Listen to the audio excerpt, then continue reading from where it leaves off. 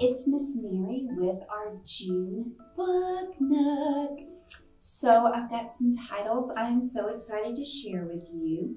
The first one is Simon and the Better Bone. This is by Corey R. Tabor, who is a Caldecott Honor winner. And you may notice the spine of the book is vertical, but you actually read this book like this, turned this way. So this is a fun little story with some lovely illustrations about a sweet dog named Simon who finds a bone by a pond and keeps seeing this other dog that has a better bone than the one that he found. So this is a great story about understanding reflections in water. And Simon, the little dog here, has a very sweet personality. It's a little bit cozy, whimsical, cute, and sweet. Another great book, you guys probably know by now, I love a good kind of interactive book. I love humorous books. This is a great one. Ben Clanton is one of my favorite authors. This is the book Ploof, written by Ben Clanton with pictures by Andy Chu Musser. So Ben Clanton created Narwhal and Jelly, and the illustrator co-created Science Explorers. So Ploof is a lovely little cloud, and yeah, this is Ploof. Ploof is feeling lonely. Can you say hello? Hello! Yay! Ploof is happy to see you. And let's see here. Let's cheer Ploof on. Let's clap for Ploof. Yay, way to go, Ploof, what a star. So if you like Press Here by Herb Toulet, or any of those books that kind of have a give and take where what the person you are reading to responds to what's on the book, Ploof is a really sweet, funny little story. Another book that I have found and I adore that you guys might like is Just Like Grandma by Kim Rogers and illustrated by Julie Flett. I discovered this book when we were selecting titles for Indigenous Americans book displays.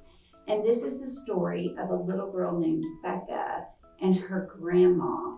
And Becca wants to be like her grandma. And there are great stories or great pages. She loves how her grandma dances. She wants to dance like her grandma. She loves how her grandma paints. She wants to paint like her grandma. And then you get to the end of the story. Well, halfway through the story, not the end of the story. And Grandma starts talking about how she would love to play basketball like Becca. She talks about how she would love to do things like Becca as well. So it's a great interplay between the grandma and the granddaughter and what they love about each other. And it's just a great book. I love it. They shoot hoops together. They eat together. And if a few of the food items or terms in the book are a little bit unfamiliar to you, of course there is a glossary back here. So if you are not familiar with what fry bread is, it describes what fry bread is. If you aren't familiar with what the fancy shawl dance is, it tells you what the fancy shawl dance is. But you don't have to be a Native American to love this story. It's a beautiful story. Beneath by Corey Dorfeld. This is the same author and illustrator of the book The Rabbit Listened, which I love. And this is another sweet story about a kid. Look, there's the kid underneath the covers. And the kid's name is Finn, and Finn is in a horrible mood, and Grandpa wants to talk about it, but Finn doesn't. So Grandpa convinces Finn to go for a walk. And Grandpa says, don't worry, when Finn says he's staying under the blanket, because I'll remember to think of what's beneath. So they head to the forest. And Grandpa talks about all the things that are underneath, like the roots underneath the soil, the fish underneath the surface of the water, the bird eggs underneath the bird. And we get to the part where Grandpa says, everyone is more than what you see. Beneath appearances are experiences. And beneath actions are explanations. And beneath what's different is what's the same. There's always probably someone who knows how you feel. And you see they both have broken hearts. And then they go home, even though, well, the Grandpa says, let's go home. And then Finn says he wants to keep walking. And they look at the sky. And right now their hearts aren't broken together. And it's not explicit, but I think here, if you go back to the front of the book,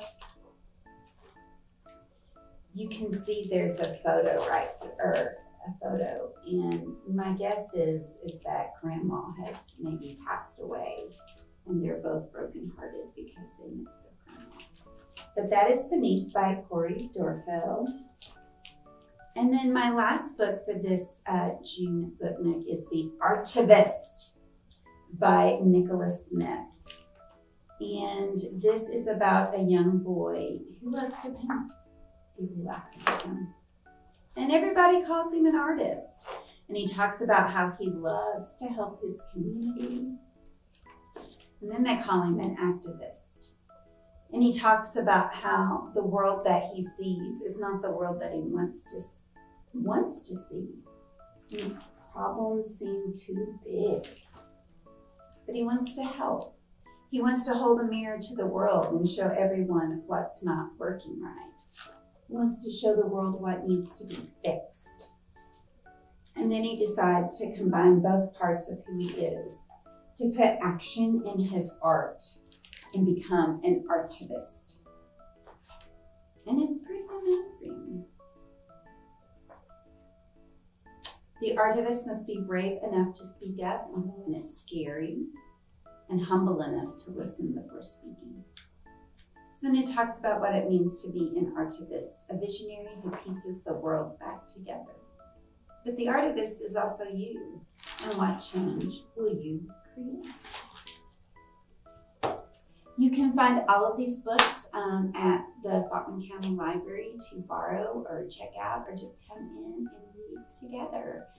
Thank you so much, and I will see you next month. Bye-bye.